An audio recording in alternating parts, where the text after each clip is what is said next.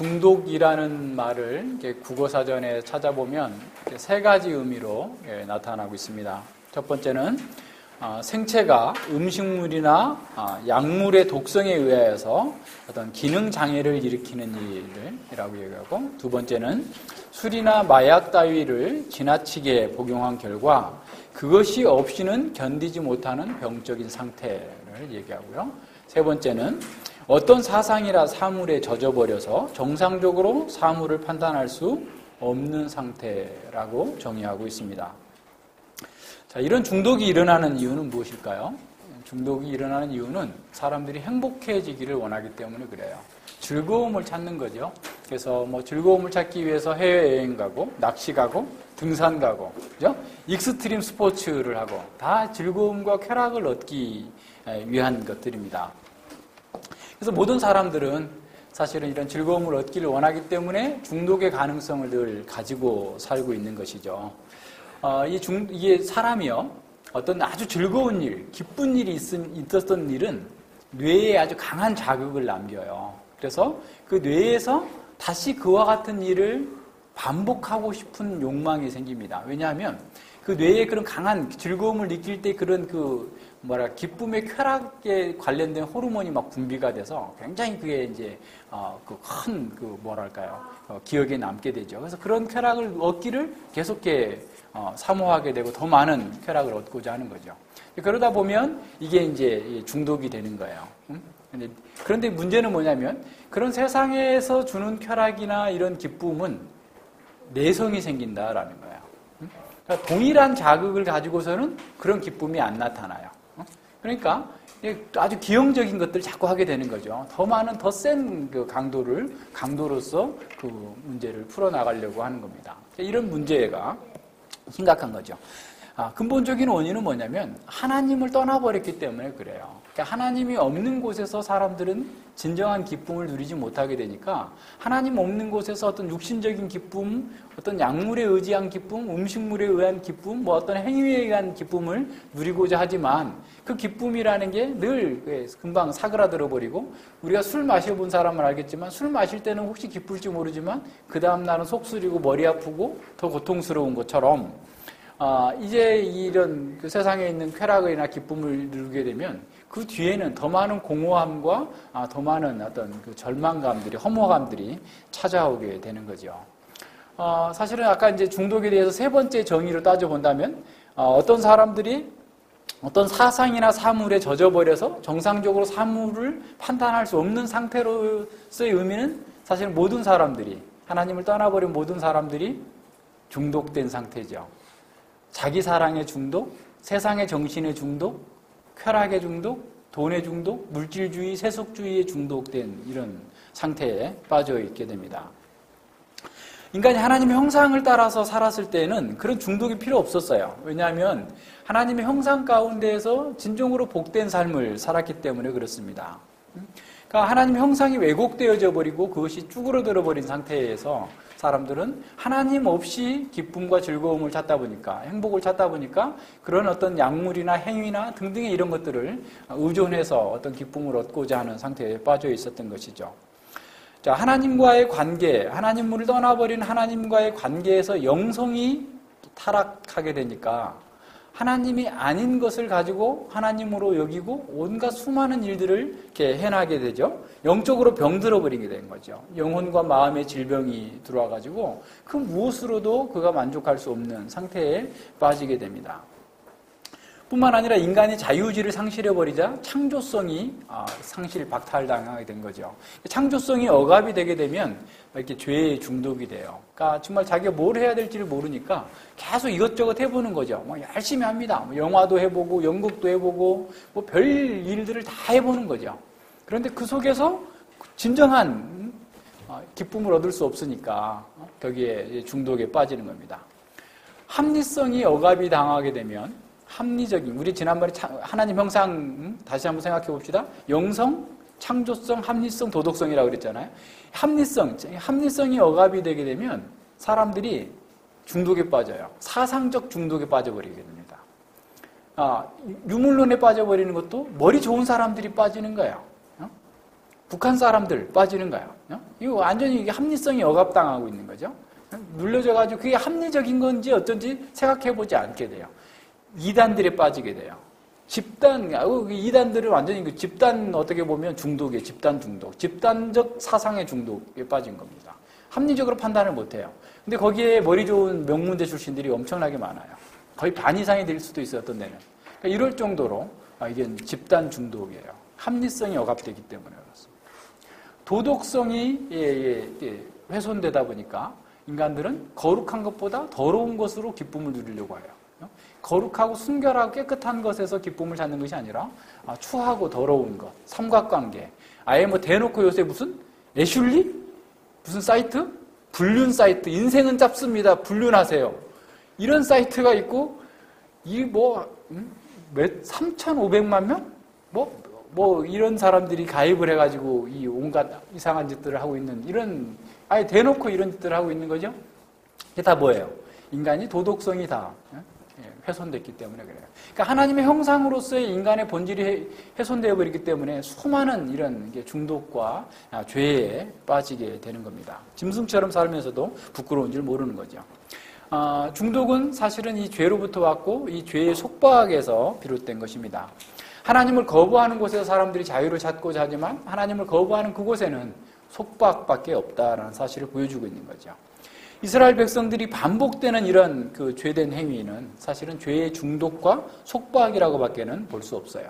그들은 죄에 속박된 인간, 죄에 중독된 인간이 얼마나 안타까운 짓을 하고 있는가를 우리가 보고 있는 거죠. 우리가 요즘에 에레미야서를 보면서도 그러잖아요. 정말 여러분 그렇게 느끼시죠? 네, 그게 인간의 모습이에요. 그러니까 하나님을 떠난 인간의 모습이 그와 같은 모습이에요. 호세아가 동일한 겁니다. 그래서 이런 속박에서 빠져나올 수 있는 방식이 뭘까? 이런 중독에 빠져 있다라는 사실을 우선은 내가 알아야 돼요. 내가 지금 세상에 중독되어 있구나. 자기 사랑에 중독되어 있구나. 내가 지금 헛된 영광에 중독되어 있다라는 사실을 알고 그것을 어떻게 내가 해결할 수 있을까? 이걸 이제 하나님께 간구해야 되는 거죠. 이 지금 이 구절로 15절에는 약간 키아스무스 구조가 되어 있는데요. 앞에 9절과 10절에서는 그들의 그 죄악과 심판에 대해서 얘기하고 있고, 그 다음에 12, 13절에서는 11절과 그 12절에서는 이스라엘 백성들이 받았던 그런 그 혜택, 또 특권, 이것이 무엇인지를 보여주고 있고, 그리고 이제 13절부터 15절까지는 그들의 또한 죄악과 심판에 대해서 보여주고 있어요. 그래서 가운데를 기점으로 해가지고 앞뒤로 그들의 죄악과 심판을 선언해주고 있는데요. 9절부터는 여호와께서 직접 화자로 등장하십니다. 이스라엘 백성들의 삶을 고발하고 있는 거죠. 하나님께서 이스라엘 백성들이 자신들의 행위를 스스로 돌아볼 수 있도록 말씀해 주시고 있어요. 9절을 봅시다. 이스라엘아, 내가 기브아 시대부터 범죄하였거늘 무리가 기브아에 서서 흉악한 족속을 치는 전쟁을 거기서 면하였도다. 이스라엘은 기브아 시대부터 죄를 짓더니 다시 말하면 지금까지도 그 죄에서 벗어나지 못하고 계속해서 그 죄만 짓고 있구나라는 거예요. 죄에 속박되어서 결코 그 죄에서 빠져나오지 못하고 있구나라는 사실을 보여주고 있는 거죠. 기브아는 그 베냐민 지파의 사울이 왕이 된 그런 사울의 고향이기도 하지만 앞서 얘기했던 것, 지난주에 봤던 것처럼 이 기브아는 사사기 19장, 21장 쭉 뒤에 나오는 것처럼 레위인이 자기의 첩을 데리고 가는 중에 거기서 그 자기의 첩이 집단 강간을 당하고 죽임을 당하자 그 첩을 12토막으로 이 시체를 토막내가지고 12지파에 보냄으로써 이 기브아 사람들을 징벌하려고 이스라엘 백성들이 다 몰려왔죠. 그런데 이 기브아 사람들이 그 죄인들을 내줘서 어떻게 보면 죄에 대한 징벌을, 심판을 받도록 하면 됐을 텐데 그렇게 하지 않고 자기 동족이라고 편들어주는 거죠. 죄악의 편에 쓴 거예요. 쉽게 말하면. 우리가 남이가 한 거죠. 그러다가 이제 베냐민 지파와 11지파가 전쟁이 나가지고 베냐민 지파에 600명만 빼고 다 죽어버리는 이런 상황. 아주 어떻게 보면 유다 지파 다음으로 유력했던 지파가 베냐민, 에브라임 뭐 등등의 이런 강력한 지파였는데 그 사건으로 인해서 베냐민 지파는 완전히 그냥 뭐 몰살 당하다시피 할 정도로 상황이 나빠진 거죠. 자, 이러한 일이 있은 후에 이스라엘 백성들이 그러면 어떻게 됐느냐? 전혀 나아지지 않았다. 다시 말하면 공의를 행하고 의를 행하면서 하나님의 백성으로서 삶을 살아야 될 그런 사람들이 기브와 백성들이 했던 것과 동일하게 죄를 짓고 있고 그 죄를 옹호하고 있고 그 죄에 대해서 징벌하지 않고 있는 그 상황이 지금 그때로부터 계속해서 이어지고 있다라고 하는 사실을 지금 하나님께서 고발하고 있는 겁니다. 다시 말하면 지금 당시의 상황이 기브와 시대와 전혀 다를 바 없는 상황이다. 너희들이 그 죄에서 한 번도 벗어나지 못했다라고 할 정도로 그런 파렴치한 행위를 계속하고 있다라고 하는 사실을 좀 지적하고 있는 거죠. 그러니까 사사시대의 기브와 사람들은 나그네를 접대하는 것을 하지 않았을 뿐만 아니라 죄악에 사로잡혀서 이 레위인의 첩을 강간할 뿐만 아니라 더 심각한 것은 그 악한 자들을 심판하지 아니하고 오히려 그들 편에 서 있었다라고 하는 것을 보여주는데 그것이 지금까지 동일한 현상이 너희들 속에서 지금 일어나고 있다라고 하는 것을 보여주고 있는 거죠. 그러니까 그들은 불의와 죄악에서 돌아서지 않고 여전히 죄악의 낙을 즐기면서 죄에 중독된 채 살고 있다라고 하는 사실을 보여주고 있는 거죠. 하나님의 율법을 버리고 자기 추구의 욕망에 사로잡혀서 온갖 일을 행하고 있는 그 사람들이 여전히 동일하다라고 하는 것을 보여줍니다. 9절 후반부에서 10절까지 기브와 사람들의 인륜적인 범죄가 현재 이스라엘의 죄악이기 때문에 기브아에서 발생한 그 파멸은 다시 이스라엘 전체에게도 발생할 수밖에 없다라는 사실을 보여줍니다. 자, 기브아 사람들 때문에 베냐민 지파가 전멸을 당했었던 것처럼 전쟁이 일어나서 죄에서 돌이키지 않는 이스라엘을 치시기 위하여서 하나님께서는 모든 민족들을 데려오시겠다라고 얘기하는 거죠. 흉악한 족속들을 치시겠다라는 겁니다. 10절에 보십시오. 내가 원하는 때에 저희를 징계하려니 저희가 두 가지 죄에 걸릴 때에 만민이 모여서 저희를 치리라. 그러니까 베냐민 족속, 기브아 족속을 치기 위하여서 이스라엘이 전체가 모여서 그들을 쳤던 것처럼 이제는 두 가지 악에 빠져 있는 이 이스라엘을 치기 위해서 하나님께서 만민을 모으시겠다라는 겁니다. 이스라엘은 사사시대의 베냐민 지파처럼 파국적인 운명을 맞이하게 될 것을 선언하고 있는 겁니다. 이 세상의 모든 나라와 민족들을 하나님께서 부르셔서 기브아 시대와 동일한 죄를 짓고 있는 이스라엘 백성들을 향하여서 징계하시겠다라는 겁니다. 이렇게 징계의 수단이 높아지고 강화되면 강화될수록 이스라엘 백성들의 죄악도 더 심각해진 거예요.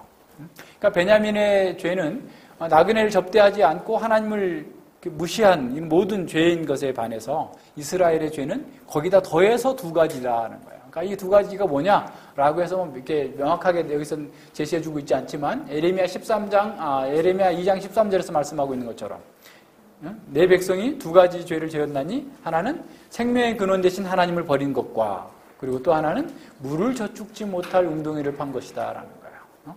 그러니까 하나님을 버리고 자기 나름대로 살 길을 찾는데 그것은 뭐예요? 물을 저축지 못할 그러한 죄를 진 거다라고 하는 것으로 우리가 이해해 볼 수 있습니다. 그렇다면 이들은 뭐예요? 하나님의 왕권을 인정하지 아니하고 자신들의 왕을 세우고 하나님이 아니라 바알을 섬기고 하나님이 아니라 열방을 의지해가지고 열방이 자신들의 안정과 국가의 평화를 지켜줄 거다라고 하는 방식에 자기 꾀로 그 문제를 풀려고 했던 그 모든 것들을 얘기하고 있는 거죠. 그러니까 이런 면에서 이스라엘 백성들은 아주 두 배나 악을 행하고 있는 그런 상태다라는 겁니다. 이들은 자기 사랑에 중독되어서 오직 자기만을 위해서 하나님과 또 이웃도 모두가 이용 대상으로만 생각하지 하나님을 섬기거나 이웃을 사랑하거나 이런 내용들은 전혀 드러나지 않고 있는 그런 상황입니다. 하나님을 떠난 인간들은 이렇게 좋은 명분을 만들어서 이런 일 저런 일들을 많이 계획하고 실행하지만 실제로는 뭡니까? 다 자기 영광을 추구하는 거예요. 자기 만족을 위한 것뿐입니다. 그들은 그것이 자신들에게 행복을 줄 거다라고 생각하고 즐거움을 줄 거다라고 생각하면서 그것에 집착하지만 결국 그 자체로서 그것은 파멸적인 거다라는 사실을 기억해야 됩니다. 왜냐하면 하나님께서 이 역사를 주관하시기 때문에 그래요. 하나님께 반역하는 것을 통해서 그들이 얻을 수 있는 것은 심판밖에 없다라고 하는 사실을 보여주는 거죠. 패역자의 길은 험하니라. 이것을 보여줍니다. 11절과 그 13절에 보면, 상반절까지 보면 하나님께서 그들에게 그 베푸신 은혜가 무엇인지를 보여줘요. 11절에서는 그들의 선택하신 것을 나타냅니다. 이스라엘이 누렸던 특권적 주의가 무엇인지를 보여주는데 그것은 현재 그들의 패역함이 얼마나 심각한지를 보게 해줍니다. 11절 봅시다. 에브라임 마치 길들인 암소 같아서 곡식 밟기를 좋아하나 내가 그 아름다운 목에 멍에를 메우고 그 위에 사람을 태우리니 유다가 밭을 갈고 야곱이 흙덩이를 깨뜨리리라 그랬어요. 자, 농경사회의 표상을 사용해가지고 에브라임이 어떤 과거와 현재를 대조해주고 있는데요. 하나님께서 에브라임을 처음 만났을 때는 참으로 기쁨 그 자체였어요. 앞서 우리가 본 것처럼. 9장 10절에서 이렇게 표현하고 있죠. 옛적에 내가 이스라엘을 만나기를 광야에서 포도를 만난 같이 하였으며 너희 열조 보기를 무화과 나무에서 처음 맺힌 열매를 본 같이 하였거늘. 그러니까 에브라임 만났을 때 그렇게 기뻤었다라는 거예요. 그래서 하나님께서는 그 기쁨은 이스라엘의 그 사랑스러움과 귀중함을 나타내 보였던 거죠. 11절에서는 농사에 유용한 질 잘 들인 젊은 암소와 같이 힘있고 타작하기를 좋아하는 이러한 그 에브라임으로 표현하고 있습니다. 그런데 지금은 아주 완강한 암소처럼 되어버린 거죠. 자, 에브라임이 마치 길들인 암소 같아서 곡식 밟기를 좋아했다라는 것은 그들이 하나님께서 맡기신 사명을 감사함으로 받고 그 사명을 수행하기를 즐거워하고 기쁨으로 순종했었다라는 것을 보여줍니다. 그들은 배워서 익히고 연마했던 그 모든 하나님의 뜻을 잘 받고 그 뜻에 부응할 만한 자질도 있었고 배움도 있었고 또 그렇게 살고자 하는 순종도 있었던 거예요.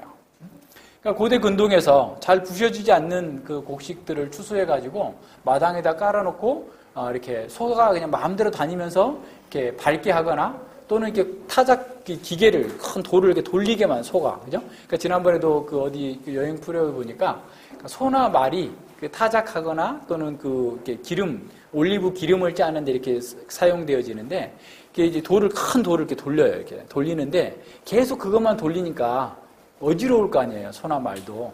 그러니까 거기다가 이렇게 눈에 가리는 걸 가리더라고. 그러면 안 어지러운가 봐요. 안 보니까. 그래서 그렇게 해가지고 이렇게 타는데, 그러니까 이제 지금 처음에 하나님께서 에브라임을 봤을 때 젊은 암소예요. 타작하기를 좋아해. 그러니까 순종적이고 굉장히 힘도 있고 아주 그래요. 근데 하나님께서 보실 때 저는 타작마당에만 쓰기에는 너무 아까운 소. 그럴 정도로 농부가 어떤 소를 볼 줄 아는 농부가 볼 때 정말 그 좋은 소를 봤을 때 야, 이 소를 가지고 어디다 쓸까? 라고 하는 그 고민하는 것처럼 하나님께서 에브라임을 만났을 때 정말 아주 젊은 암소 힘있고 건실하고 아름다운 그 소를 어떻게 쓸까? 이 에브라임 어떻게 쓸까? 타작마당에서 타작 곡식만 받기에는 너무 아깝다. 그래서 그걸 어떻게 했냐면 이게 멍에를 메우고 쟁기를 갈도록 만들어주게 한 거죠. 그러니까 그 에브라임은 쟁기를 끌게 하리라. 그러니까 이 말이 이제 그 아름다운 목에 멍에를 메우고 그 위에 사람을 태운다라고 할 때 이게 좀 심판과 같은 의미로서 번역이 되어 있는데 좀 더 이렇게 나은 번역은 이렇게 번역해야 돼요. 나는 그의 아름다운 목에 멍에를 씌웠다. 나는 에브라임에게 쟁기를 끌게 하리라. 유다는 밭을 갈고 야곱은 썰해질하리라. 이렇게 번역하는 것이 좋습니다. 다시 말하면 자, 에브라임은 여호와 보시기에 아주 부족함 없을 정도로 아름다운 목을 가졌다. 그러니까 아름다운 목이라는 게 뭐 그냥 외형적으로 아름답다는 얘기 아니라 견실하고 강한 힘을 가졌다. 그런 의미로서의 아름다움을 얘기하고 있는 거죠.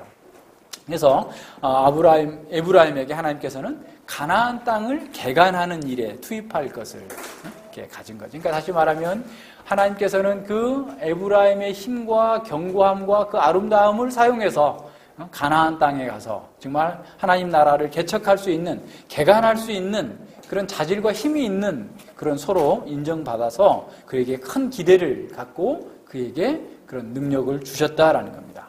자, 유다는 밭을 갈고 야곱은 썰해질하리라 라는 것은 멍에를 메고 쟁기를 끌면서 밭을 갈거나 이렇게 썰해질을 해가지고 흙을 이렇게 딱 갈게 부수는 것, 그거 자체에 이 농사의 세 가지는 어떤 서로 역할 분담이 있었던 게 아니라 전체로서 그렇게 일을 하게 했다라는, 그러니까 유다나 이스라엘이나 에브라임이 다 가서 정말 이런 어떻게 보면 하나님 나라로서의 불모지인 땅에 가서 그것을 개간해서 어떤 면에서 하나님 나라를 세우는 막중하고 아주 위대한 사명을 그들에게 맡겼다라고 하는 거죠. 그 일이 뭐 힘든 일처럼 보이긴 하지만 그거 자체가 또한 큰 특권이고 그 행복을 얻는 조건이었던 것이죠. 에덴 동산에서 아담과 하와가 하나님께서 주신 그 사명, 다스리고 지키는 것을 통하여서, 다시 말하면 일하는 것을 통하여서, 하나님을 예배하는 것을 통하여서 그들이 안식을 누리고 자유를 누렸던 것처럼 에브라임 또한, 이스라엘 또한 하나님께서 주신 이 사명을 기쁨으로 감당하면서 그 속에서 하나님을 예배하고 하나님 나라의 안식을 누리도록 하나님께서 그렇게 특권적 지위를 주셨다라는 겁니다. 그러니까 에브라임이나 이 유다는 이렇게 하나님의 특별한 사명과 목적을 가지고서 선택함을 받았고 또 그렇게 할 수 있는 능력도 부여받은 것이죠. 그러니까 이런 것은 세상 어느 민족도 할 수 없었던 그런 특별한 특권이었습니다. 하나님께서 영광의 하나님께서 맡기신 그 일을 함으로써 하나님의 영광에 참여할 수 있는 그러한 놀라운 특권을 받았을 뿐만 아니라 하나님의 안식에 참여하도록 그들을 부르셨던 것이죠.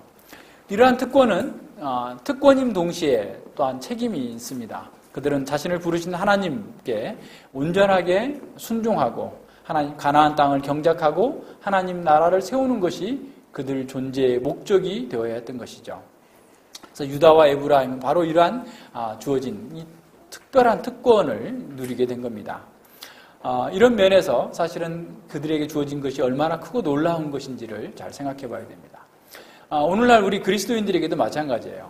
하나님께서 우리를 어떤 특정 직업으로 부르셨다고 한다면 우리는 그 일을 통하여서 하나님의 부르심에 응답해야 됩니다. 이게 소명이에요. 중세시대에는 성직자들만 수도원에 가거나 어떤 뭐 신부가 되는 사람만 하나님께서 부르시고 나머지는 레이맨, 평신도, 그냥 하잘것없는 사람들 이렇게 취급을 했어요. 그렇지 않아요. 루터는 그것을 회복한 거예요. 하나님께서 우리가 어디에 부르셨든지 간에 어떤 직업으로 부르셨든 간에 그 속에서 하나님을 예배하고 섬기는 것이 우리의 삶의 목표가 돼야 돼요. 우리가 있는 곳에서 그런 일을 해야 됩니다. 직장에서 그냥 나는 직장에서 돈만 벌면 돼. 그리고 하나님 섬기는 건 교회에 와서만 섬기는 것.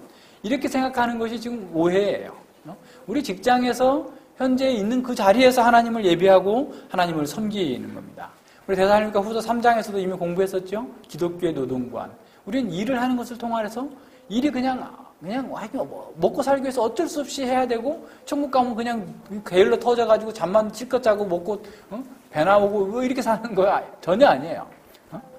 우리는 그 일을 통하여서 하나님을 예배하는 거예요. 그러니까 하나님을 예배하는 그 자체를 우리가 그러니까 자꾸 예배당에 와서 예배하는 것으로만 생각하고 직장에서는 그냥 돈만 받으려고 하고 시간만 때우려고 하는 그런 방식의 삶은 그건 하나님을 예배하는 게 아니에요. 하나님 무시하는 겁니다. 어떤 사람은 자기가 왔으면 열심히 일을 해야 되는데 맨날 불평만 하고 뭐 일이 힘드네, 뭐 기계가 어쩌네 뭐 어쩌네 하면서 불평을 해. 그리고 돈은 또 많이 받고 싶고 그럴 거면 뭐하러 해? 그냥 가면 되지. 그래서 제가 그 사람을 위해서는 왕자를 하나 갖다 주시죠. 거기다. 왕으로서 거기 다스리러 오셨나 보죠. 돈 받고. 그렇게 사는 사람이 있어요. 근데 그런 사람들이 있어요. 그리스도인들이 그런다는 거예요. 그러면 이게 말이 안 되는 거예요. 교회를 다니는 사람마저도 그렇게 살고 있는 겁니다. 우리에게 최선을 다해야 돼요. 우리 그 일 자체에 최선을 다하는 거예요. 그 하나님께서 우리에게 주신 복이에요. 그 사람이 믿지 않는 사람이라 할지라도, 사장이 믿지 않는 사람이라 할지라도 최선을 다해서 하나님 앞에서 해야 돼요. 그래서 바울 사도는 골로새서 이렇게 말하고 있어요. 종들아 모든 일에 육신의 상전에게 순종하되 사람을 기쁘게 하는 자와 같이 눈가림만 하지 말고 오직 주를 두려워하여 성실한 마음으로 하라. 무슨 일을 하든지 마음을 다하여 주께 하듯 하고 사람에게 하듯 하지 말라. 이는 유업의 상을 주께 받을 줄을 알미니 너희는 주 그리스도를 섬기느니라. 직장에서 주 그리스도를 섬기는 거예요. 직장에서 주 그리스도를 섬기는 거예요. 그렇기 때문에 자신에게 주어진 일에 최선을 다하는 거예요. 그것이 하나님께서 기뻐 받으시는 예배예요. 로마서 12장 2절과 3절에서 1절과 2절에서 뭐라고 말씀하시죠? 너희 몸을 하나님께 산 제사로 드리라 라는 거예요. 그러니까 우리가 이 세상에서 삶 그 자체로서 하나님을 예배하는 것, 이것이 우리의 아주 특권이고 기쁨이에요. 그거 예배하는 거예요. 뭘 하든지 마찬가지입니다. 집에서 자녀를 양육하는 것도 마찬가지예요. 집에서 자녀를 양육하는 것이 하나님께 나에게 주신 소명이에요. 부르심이에요. 나는 그 소명의 부르심에 불평하지 말고, 아이가 많아서 힘들고, 또 그 아이 중에는 또 아주 그냥 특별하게 말 안 듣는 놈이 있고, 그죠? 예, 뭐 아주 진상 같은 애들이 있다 할지라도, 그것을 내가 잘 뭐라 그럴까, 다스리고, 그죠? 예, 그것을 하나님 말씀대로 하는 것을 통하여서 하나님께서 예배 받으시도록 그거 한 거예요. 그거 부르신 거예요. 불평하고 힘들게 생각하면 안 됩니다. 그래서 우리는 그 자리에서 하나님 앞에서 여호와의 전쟁을 치르고 있다라고 생각을 하고 여호와의 말씀대로 여호와께서 기뻐하시는 방식으로 그 일을 향하여서 최선을 다하는 거예요. 에브라임 마찬가지예요. 에브라임과 이스라엘이 가나안 땅에 가서 정말 새로운 땅을 기경하고 하나님 나라의 거룩한 문화를 세우라고 했을 때 그 일을 하는 것을 통하여서 그들은 복을 누리는 거였어요. 근데 그 사람들은 그 일이 아닌 것에서 복을 얻으려고 하다 보니까 망하게 된 겁니다. 12절도 보십시오. 자, 너희가 자기를 위하여요. 그들이 지금 이런 가나안 땅을 기경하라 라고 하는 그 사명을 받은 것이 자기를 위한 겁니다. 하나님을 위한 거 아니에요. 자기를 위한 거예요. 의를 심고 궁유를 거두라. 지금이 여호와를 찾을 때니 너희 묵은 땅을 기경하라. 마침내 여호와께서 임하사 의를 비처럼 너희에게 내리시리라. 자, 순종하는 삶, 순종하는 암소에 비유되었었는데 이제 12절에서는 순종하는 농부로 등장해요. 에브라임 순종하는 농부예요. 그래서 의를 심고 궁유를 거두는 거예요. 궁유는 인애를 가리키는 거예요. 마치 이 12절의 말씀은 모세가 신명기에서 이스라엘 백성들아 너희들이 가나안 땅에 가면 이렇게 살아라라고 하면서 마지막으로 정말 피를 토하는 심정으로 그들에게 계속해서 주의 말씀을 순종하고 하나님을 사랑하고 하나님의 말씀대로 그 땅에 가서 우상을 버리고 이렇게 살라, 이렇게 사는 것이 축복이다, 이렇게 살면 저주다 계속해서 가르쳤던 그 말씀을 어떻게 보면 이 한 문장으로 요약하고 있어요. 가서 의를 심고 궁유를 거두라. 여호와를 찾으면 항상 여호와께서 너희를 만나 주실 것이다. 너희들이 그 땅에 가자마자 다 어디든지 가던 레위인들의 성읍을 주고 도피성을 만들고 그들에게 언제든지 묻고 찾으라. 그럼 하나님께서 응답해 주실 것이다 하셨더니, 그리고 그 묵은 땅을 기경하라. 그리고 그렇게 하면 마침내 여호와께서 임하사 의를 비처럼 너희에게 내리시리라. 엄청난 특권을 주신 거예요. 그들이 가나안 땅을 기경해서 하나님 나라를 세울 수 있는 놀라운 특권을 그들에게 공급해 주셨습니다. 근데 그렇게 하는 방식이 어떤 거냐면 의를 뿌리고 인애를 거두는 거예요. 하나님의 말씀을 뿌리는 겁니다. 보통의 농사꾼이 아니에요. 그들이 뿌리는 것은 세상에 더 많은 것을 얻기 위함이 아니라 의를 뿌려서 인애를 거두는 것이에요. 의는 뭐겠어요? 하나님의 말씀을 따라 사는 거예요. 너희들이 가서 돈을 많이 벌고 적게 벌고는 그것은 생각하지 말라. 너희가 하나님 말씀대로 살라. 하나님께서 원하시는 대로 살라. 하나님께서 가르치는 대로 살라.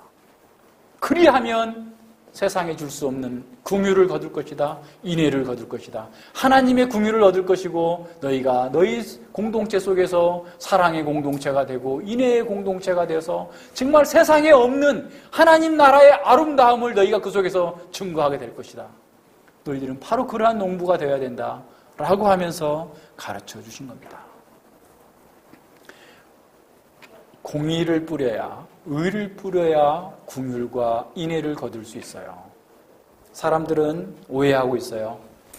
사람들이 이렇게 죄를 그렇게 폭로하고 그렇게 까칠하게 사람들이 죄인이라고 하면 그 교회가 너무 좀 이상하지 않을까요? 좀 그렇지 않을까요? 하면서 아예 적당히 죄에 대해서 넘어가죠.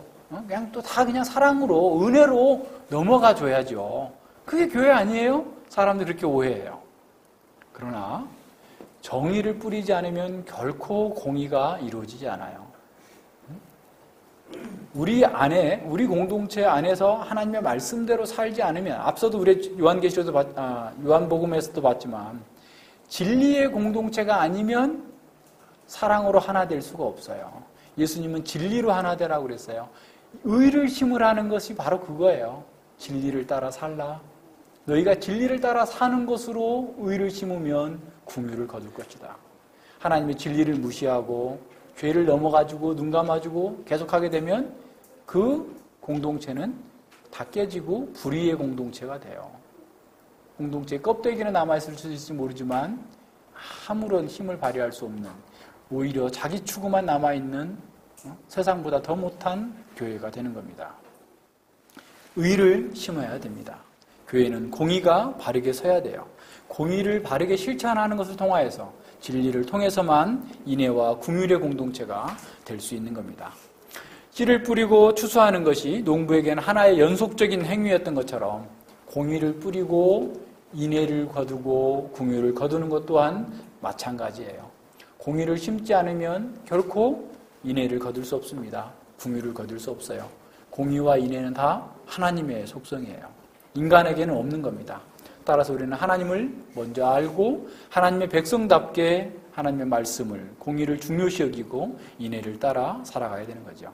이렇게 살아갈 때 하나님께서는 말할 수 없는 복을 주시겠다, 의를 주시겠다, 그것은 구원과 영생과 축복을 주시겠다라고 약속하신 거예요. 정의를 포기한 사랑은 진정한 사랑이 아닙니다. 그러한 사랑은, 그러한 인애는 사실은 공의를 심었을 때만 드러나도록 되어 있어요. 어떤 이론이 실생활에서 적용될 수 없다고 한다면 그 이론은 심각한 오류가 있다라는 사실을 보여주는 거예요. 공의가 없는 나라는 결국 망하게 돼요. 그러니까 이 나라도 마찬가지예요. 나라도 어떤 사람이 경제를 잘하기 때문에 사기를 치고 온갖 거짓말을 해도 대통령이 되면 나라가 부흥하게 될 거다. 천만에 절대로 그렇게 되지 않습니다. 세상 지금 그렇게 가고 있어요. 미국도 마찬가지예요. 미국도 공의를 버리고 지금 누가 돈 많이 벌게 해주느냐, 이거에 지금 빠져 있어요. 과거에 클린턴 대통령이 성추문이 일어났으면 60년, 70년대까지만 해도 그건 사임했어야 돼요. 경제를 살렸거든요. 넘어간 거예요. 사회가 이제 타락해 가니까는 거예요. 우리도 마찬가지예요. 공의를 사람들이 중요시 여기지 않아요. 돈을 더 중요하게 여깁니다. 또 경제의 성장을 중요하게 여기죠. 그러나 그 성장을 아무리 했다 할지라도 그것은 자기 파멸적인 결과밖에 가져오지 않습니다. 이론이 잘못되어 있기 때문에 그래요. 공의가 서야 돼요. 우리 스스로도 마찬가지예요. 우리가 진리 안에서 바르게 서 있지 않으면 아무리 많이 가지고 있어도 우리는 공허하고 망할 수밖에 없어요. 우리는 아무것도 없어도 심령이 가난한 자가 되면, 하나님의 공의를 따라 살면, 진리를 실천하면 우리는 구원을 얻고 긍휼을 얻고 자비를 얻는 거예요. 순서는 바뀔 수도 없고 바뀌어지지도 않아요. 이것은 바뀔 수 있는 성질이 아닙니다. 이것을 철저하게 생각해야 됩니다. 묵은 땅을 기경하라 라는 말씀 자체에도 약속을 담고 있어요. 묵은 땅은 개간하지 않는 땅이죠. 아니면 오랫동안 경작되지 않고 묵혀져 있는 땅을 말하는 거죠. 그러니까 에브라임은 기존의 경작지가 아니라 야생 상태에 있는 그런 땅을 어떻게 보면 농경지로 개간해서 씨를 뿌리라 라고 하는 그런 명령을 받은 거죠. 새 포도주는 새 가죽 부대에 담아야 하는 것처럼 바알 숭배로 더럽혀진 그 가나안 땅을 다 뒤집어 엎어버리고 기경해버리고 하나님 나라를 새롭게 세워야 되는 거야. 화전민 있잖아, 화전민. 해주 화전민이 뭔지 알아요? 농토가 부족한 그런 정글이나 밀림 같은 데서 어떻게 하죠? 불을 놔요. 정글에다 불을 질러가지고, 그럼 그 그냥 나무들이 다 타죠? 그 탄 재가 어떻게 되죠?